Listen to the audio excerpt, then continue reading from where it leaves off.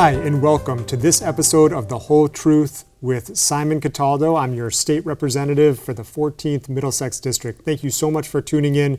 We've got a hot topic that we're going to be discussing today with an expert on education. His name is Will Austin. He's the CEO of the Boston Schools Fund. And if you read the Boston Globe, you may have recently read an excellent op-ed that he wrote about cell phones in schools. If you have children or grandchildren, or you just care about what's happening in K through 12 education right now, you know that this is an area of extremely high interest in our school system. And there's a debate going on right now in our communities, in Concord, Acton, Chelmsford, and Carlisle, across the Commonwealth, and across the nation about the extent to which we should allow the use of cell phones in schools.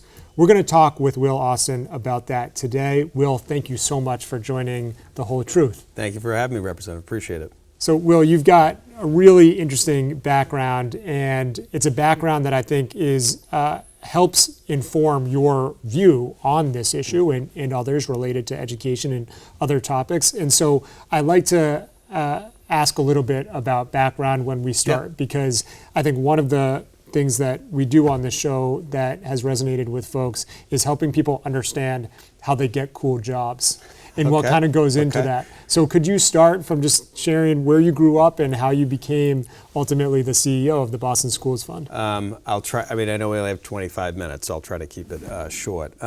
So thanks again for having me on today. I really appreciate the opportunity to talk about these issues. And, you know, to your point, I wouldn't say there's been a linear path that brought me to the desk across from you. I grew up in the city of Boston as a kid. I grew up in the 80s. You know, and that time was a time marked by violence and real kind of racial strife and segregation. And I grew up in a neighborhood where kids had fundamentally different opportunities based on where they happened to go to school. And so I was very fortunate to go to a great high school, Boston Latin School, which I understand beats most of your constituents in high school sports, in most high school sports. We may need to flash a graphic or two to dispel any confusion about I don't that. want to start with any false facts here. Got a great education there, went on to college, and just never kind of left this idea of wanting to be a part of creating more opportunity and equity in the city of Boston. And so when I set out to teach, at the time, things like Teach for America were their infancy. And so it was difficult to kind of find my way into the field. I didn't have a background in education. I majored in political theory. And so at the time, charter schools were schools that you could apply to teach in, even if you weren't licensed. And so I found myself in Mission Hill and Roxbury being interviewed by a man named John King, who started a school called Roxbury Prep. And I didn't know much when I was 21, but I know someone who's impressive when I meet them, and I just grabbed on for dear life. He hired me. I taught there, and John eventually became Obama's Secretary of Education. Yes, so I got very lucky at a very young age to have a very good mentor. And so I taught math for 8 years, middle school math at that school, became principal, and then actually grew the school to a network of schools serving kids across multiple grades and classes across various campuses. Loved that work. I mean, my heart is still very much in schools and teaching, but also felt this itch to contribute more and figure out ways to find new impact. And so I started Boston Schools Fund 10 years ago, and we're an organization that does kind of policy and advocacy work on behalf of kids and families in the city of Boston. And Will, I understand that one of your former students, among your former students, is actually a colleague of mine in the state legislature. Yes, Representative China Tyler of the 7th Suffolk of Massachusetts in Roxbury is my former student, and I was very happy to be a volunteer on her first campaign. Excellent. So let's talk a little bit about cell phones in school. We can start this at any point you want, and I'll just ask you in an open-ended fashion, why should we care about this? Yeah, I want to be really mindful of the fact that there isn't truly anything new under the sun. You know, since there's been the invention of automobiles and radios, there's been new technology that has disrupted or changed the lives of kids, and parents and educators need to figure out what to do. So I want to start by just taking the air out of the balloon and say, trying to figure this out is very normal. Because a lot of times folks have strong opinions, things be kind of patched as being controversial, but what we're doing is pretty typical. We've got something new, and how does it fit in or not fit into the way that we think about our kids' lives and schools? And for me, ultimately the question about kind of cell phone usage in schools really comes down to what we think is the best learning and social environment for kids. And in my work, I try to be more practical as opposed to ideological. And so when you understand that there is a device, let's even just say the word device, or a product or a thing, that research shows your kid will learn less and have more trouble making friends, then I don't want that in the school. And so that's kind of where I come from on this. What have you done to educate yourself on this, and what are some of the more interesting facts or pieces of information and sources of information that you've found? Because I think a lot of people, they know that this is an issue, but they don't really know how to get the information. And so help us out with that a little bit. I think part of it is we got to think of it from a couple different lenses, right? There's what we are responsible as parents and families, and the things we're responsible as educators. Wearing kind of my parent hat, I have a 14-year-old, 11-year-old, and 8-year-old. In kind of trying to understand how we would approach this with our own kids, the advice we kind of sought out from other family members and from child psychologists is really kind of developing this concept of habits with kids. Because if you're anything like my kid and my relationship at time, it can become adversarial. Put away the phone. Why are you on the phone? I'm talking to you. And that's not really great for your relationship, particularly when you're dealing with an adolescent, because they feed off that kind of conflict. And so at least in terms of our kind of parenting, we talk a lot about habit formation. What does it mean to have a good habit? And what does it mean to be mindful? And just like tying your shoes, brushing your teeth, these are things to teach kids how to do. And now we have to kind of add to the list that how and when you use your phone is on that list. And part of it is also policing ourselves. I mean, I often have to find myself when I get into the car, my 14-year-old getting next to me, and the first thing he's going to do is, like we all do, right? Right. Just reach for your phone. And so part of it is just teaching kids to be mindful about those habits. And that really starts at home. That's not something really schools can manage or reinforce. When it comes to schools, I've written about this. I mean, 23 years ago when I was teaching, we didn't allow cell phones then either. So this is not necessarily a new kind of position for me. And that was before we had smartphones, which were ubiquitous and extremely distracting, because ultimately we felt that it was going to distract kids from learning. And so if you approach school as being the primary purpose is to impart knowledge and skills upon kids, if you're going to have something that's to distract from that, it shouldn't be there. What do we know about the relationship between learning and cell phones? Yeah, I think I wrote about this, but just kind of put it like in arresting detail. We don't allow lead pipes in schools. We could all agree that, we know the research and the science that when kids are exposed to lead, that they don't develop brain function as well. Well, if you were to compare studies of kids' exposure to lead pipes in Massachusetts versus trials where kids were not using cell phones in other areas, kids actually had experienced more learning loss with cell phones than with lead pipes. And so for me, that's pretty clear connection and pretty clear evidence that that's not going to help the learning process. And in terms of the psychology of it, I think Jonathan Haidt's work is probably what's become most prominent. I think a lot of times there's a social scientist or researcher that kind of captures a moment, and I think he's done that with the anxious generation. And again, we have to approach this at the point of empathy. This technology came very fast, and people were not necessarily completely understanding what their kids were doing online, the effects it was having on them.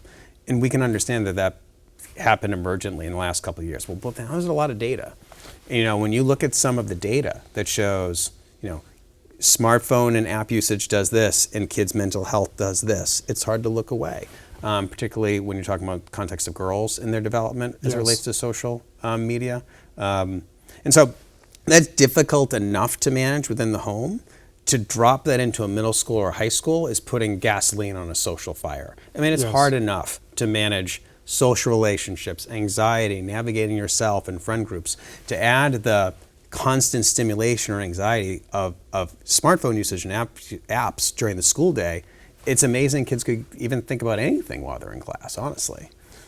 And we're going to put in the show notes and on the screen some of the resources that we have available, including to Jonathan Haidt, who you just mentioned. But it really jumped out at me in listening and reading some of his work, the discrepancies between boys and girls, and how, although cell phone usage is very deleterious for everybody, in particular, kind of the intersection between where girls are in their development as adolescents and the effects of cell phone usage is really harmful. And we need to be thinking very carefully about how that happens in school. You also wrote about an angle to this, which I think is overlooked, but which resonates a lot with me as a former middle school teacher, and I'm sure as you and others, how this affects teachers and the teacher burnout crisis. I don't think that's hyperbole to use that word. No, it's not.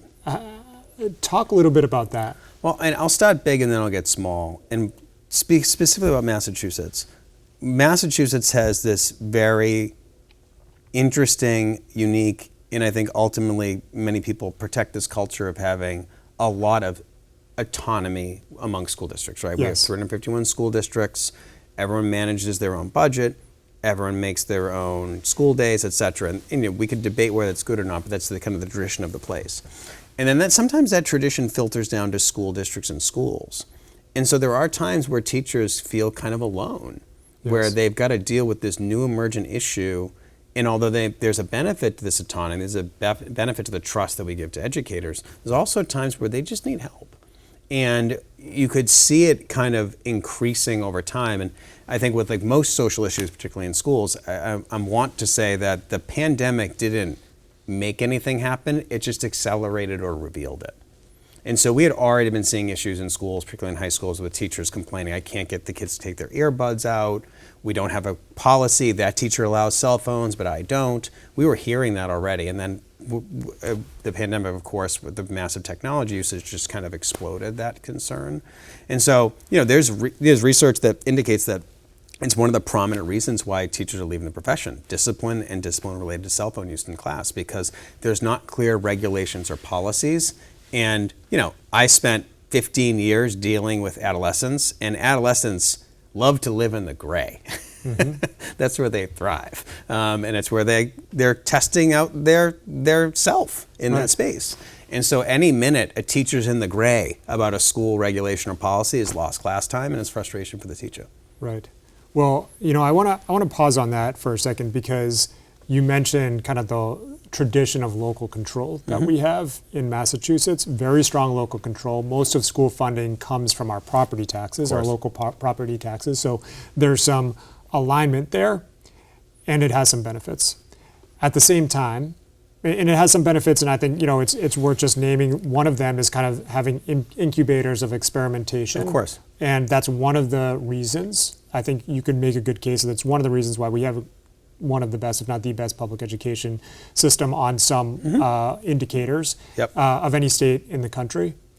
At the same time, when there, and this is me talking, not you, I don't want to impute my ideas to you, but my feeling is, and when I talk to constituents, I tell them that when there are things that we know are actually harmful or not backed by evidence, it is not okay for that to be the policy in any of our public schools that are receiving state funding. Yes. So when this is a conversation that's happening statewide on a number of different levels. Sure. We're seeing it in a conversation about literacy. Sure. And how we teach literacy. Sure. In my view, it's great that localities have a lot of leeway and are the creative engines for curriculum to a certain extent. Sure. But when you're teaching debunked reading methods to children, that is when it's appropriate for the state to come in and say, you're not allowed to do that anymore. Yes. And I think that thought process, and that's a conversation we're having on the legislative level now in Massachusetts. And I think that it translates to this scenario too, where we have a lot of evidence about cell phones in schools at this point. Yeah, and I think we've had a very clear bargain in Massachusetts since 1993, right? The Education Reform Act, which is now a generation old, said we believe in local control. We believe in local experimentation. We believe in the creativity and autonomy of educators and families. And we need to promise the same thing to all kids in Massachusetts. So we're going to have a redistributive tax system. We're going to have the same standards for everybody. We're going to have a standard way of assessment, because we want to make sure that we can make the same promise to all kids. Now, I don't want to create a false equivalence here, but we don't argue about doing 5 fire drills a year, right? I can go down the list of all the things you have to do, whether you are in Concord or Acton or Belmont or Boston, because the state has decided that it's part of their deal, that they have to make sure all districts do that. And again, it may sound like alarmist or false equivalence, but I think that the effect of phones in schools and how much they're negatively affecting students reach to the level that we should have clearer statewide regulations and laws about it. Because to a certain point, I find it to be unfair that some schools and some school districts are creating policies that'll make kids learn more and develop socially better, and other school districts are not doing the same. That just seems to be not keeping the promise we make when we talk about Massachusetts schools. Anecdotally, I've also heard of a lot of private schools going in that direction. Yeah, and I think, and I'd say that that's been pretty consistent for some time. And at the end of the day, again, I want to normalize this. This is what we do in education. There are new innovations, there's new technologies, there's new things that we have to deal with. And so it's not a question of, who is right and who is wrong. It's more so around, is there a consensus on this issue? And I think we're at the point now where there is. And you know better than me because you're a state rep, consensus doesn't mean 100%. Right. It may not. There may be some folks that completely disagree with everything I've said so far. But if most people do, then we got to start taking steps in that direction. So there have been some steps that you've pointed out. DESE has given grants and guidance. So there actually has been funding to school districts that are starting to use methods, whether it's pouches or charging stations or something else. Tell us a little bit about the trends that we're seeing in terms of certain communities taking certain measures. How far have we come? How far do we have to go? I mean, there's still a lot of variance, right? So I can tell you, Boston, which I work in and working closely, there is money. There are some systems in place we're describing, but I believe it's only in 38 of the 109 schools, right? Fall River has been trying to institute the initial cell phone ban now for almost a month and a half into the school year, but still can't do it because they're having trouble with the actual logistics of it. And so if it's important enough to do, it's got to be done in a way that provides equal measure and support. And although guidance and grants are helpful, that's actually how some of this early literacy stuff began, was with kind of that carrot, if you will. I think it's time to be a little bit more robust. Because candidly, school districts want that. I mean, we know how difficult it is to be a superintendent now in Massachusetts, or really anywhere in the country. Yes. And the difficulty and the amount of political capital it does to pass something even as common sense as we're describing means time that superintendent's not focusing on other things they want to do in the school district. And so it's not that abnormal. Many states have passed laws and regulations statewide. How California, many? I think we're at 9 right now. Okay, that's what I've seen as well. So it's not, yes. I mean, it's not out of the norm. And, there are states that I think in some ways are very politically similar, some of them to Massachusetts. And so it shouldn't be too far of a bridge to cross. I think that, and the other point I want to make about this too is that the really important piece about making it a law and potentially having regulations behind it is with that comes the resources, the best practices. Right now, we're kind of forcing folks to figure things kind of out on their own on parallel tracks. And although, as you use the term experimentation is okay, when we're just all trying to do the same thing, let's share resources and do it right everywhere. I want to try to steel man this argument a little bit. So Okay. Let's talk about a couple of the points of opposition that Sure. may come up or already have come up. I think the one that resonates the most deeply with those of us who are parents are school shootings, which Yes. are very uncommon across America. However, also horrifically scary. Yes. So let's talk about that. Well, in an interesting way, I think people's kind of passion or emotion about that is also fueled by social media, right? So we're around the same age. I mean, this kind of started in the 80s, right? When the very sad and scary moments of child abductions being on broadcast media made you think they were happening everywhere. They weren't, right? But we were kind of subjected to broadcast media in a way that we hadn't been before. It's very much the same thing with the school shootings. And this is really tough because when I think about this issue, I have the heart of a parent, but the head of an economist, which is got 115,000 kids, schools in America. There's 180 school days. That's a 1 in 20 million chance something bad's going to happen. And then an even lower chance that somehow your kid having a phone is going to do something. And I know that's hard to say, and that's tough math to say out loud, but if you told me that the odds of that are that low, and then the actual real costs are that clear to me in terms of learning and social, that's a trade-off that I feel comfortable making. That may not resonate with people, and they may never agree with what I just said. But again, that's where we live in a world of consensus, not absolute agreement. Yeah, and I think what we need to do, we know the data on school shootings. It's a little bit harder and more nuanced to explain the data and the science on the effects on mental health, physical health, development, and academics of cell phone usage. Yes. But those effects are extremely profound. Yeah. Especially as they have to do with bringing that device into a learning environment. Well, let me pause for a second too. The other piece I want to make, which is a little more philosophical and cultural, is that I would like us to live in a world, in a country, in a town, where we would trust that we have laws in place to prevent these things to begin with, but then also carry adults and procedures that will react when they need to when there's an emergency. The fact that we have to rely on potentially in this hypothetical of a 10-year-old using a phone to do something, feels like a real distrust of the adults and institutions that we're supposed to be able to take care of our kids.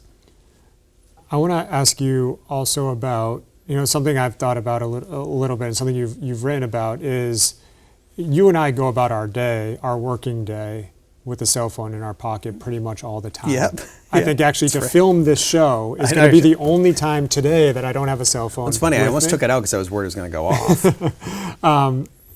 So this is the world we're living in now. We don't seem to really be going in the other direction, at least for professional adults. Yes. So one could argue, shouldn't our kids learn how to exist that way too, where they have to learn and have their cell phone at the same time?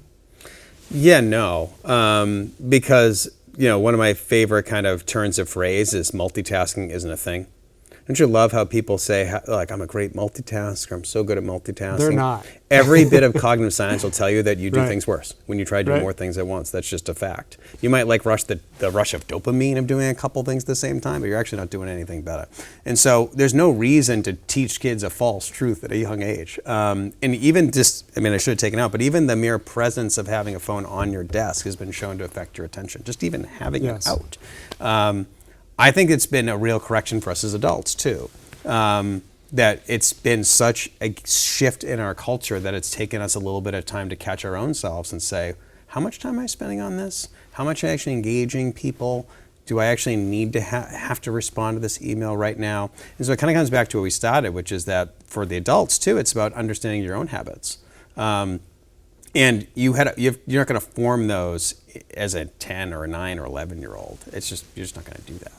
Yeah. And I also want to point out that the science that we know now says that these are not the same. No. Adults with a cell phone and a child or adolescent with a cell phone are not the same. Yes. It is far more impactful to have a cell phone with you and to be using a cell phone while you're trying to learn and just in your daily life if you are a child or adolescent. And so I think that even though I offered that argument, I think it's based on a false premise, which is a false equivalency. Right, and I think ultimately if you want folks to come to your side on this, there has to be some agreement about the negative effects. Because ultimately, a lot of public policy and even things in schools about trade-offs.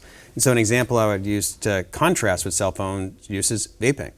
Like if you remember, I would say 10 years ago, it exploded in schools. And people didn't know what to do about it because there were so many issues in discipline, kids leaving class, hiding in the bathrooms. But there was never any disagreement amongst parents and educators that we needed to stop this. Yes. And if you actually look at most recent statistics, vaping's actually gone down pretty considerably the last 10 years. Like it's actually worked. Educators and parents being on the same page took a lot of effort, public remediation plans, new technology, just a lot. Even the pandemic to a certain extent assisted with kind of the cessation that kids had when they were vaping. But it takes that level of agreement to get these things to change. And so absent kind of accepting we do not want these in their schools, how do we figure this out? We are not going to make the progress we need to. Well, I can tell you that I, for one, am there. Yeah. And okay. I think we're going to need to continue to have that conversation and move forward with that conversation and address some of these counter arguments. But I'm hopeful that Massachusetts, like 8 or 9 other states in the United States, can move quickly in that direction because I think it's the best thing for our kids. Yeah, in the interim, for folks who are listening who want to learn more about this, want to get more engaged, there is a nonprofit and advocacy organization called Fair Play. spelt exactly like it sounds. And one thing they do is they create toolkits and trainings for educators and families to develop policies in their schools and school districts to advocate for cell phone bans in schools. So actually actual tools required that would actually take to get people on board, build the policies, et cetera.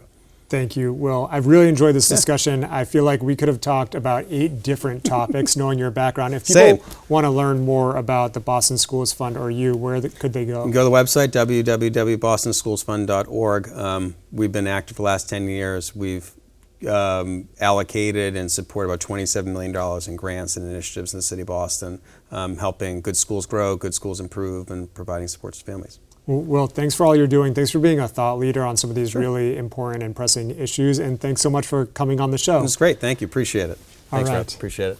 Well, that's all for us today on The Whole Truth. I'm so grateful to ActonTV for hosting this show and helping to inform people about some of the issues that are happening in our communities and across Massachusetts. Have a great day, and I hope you'll tune in to our next episode.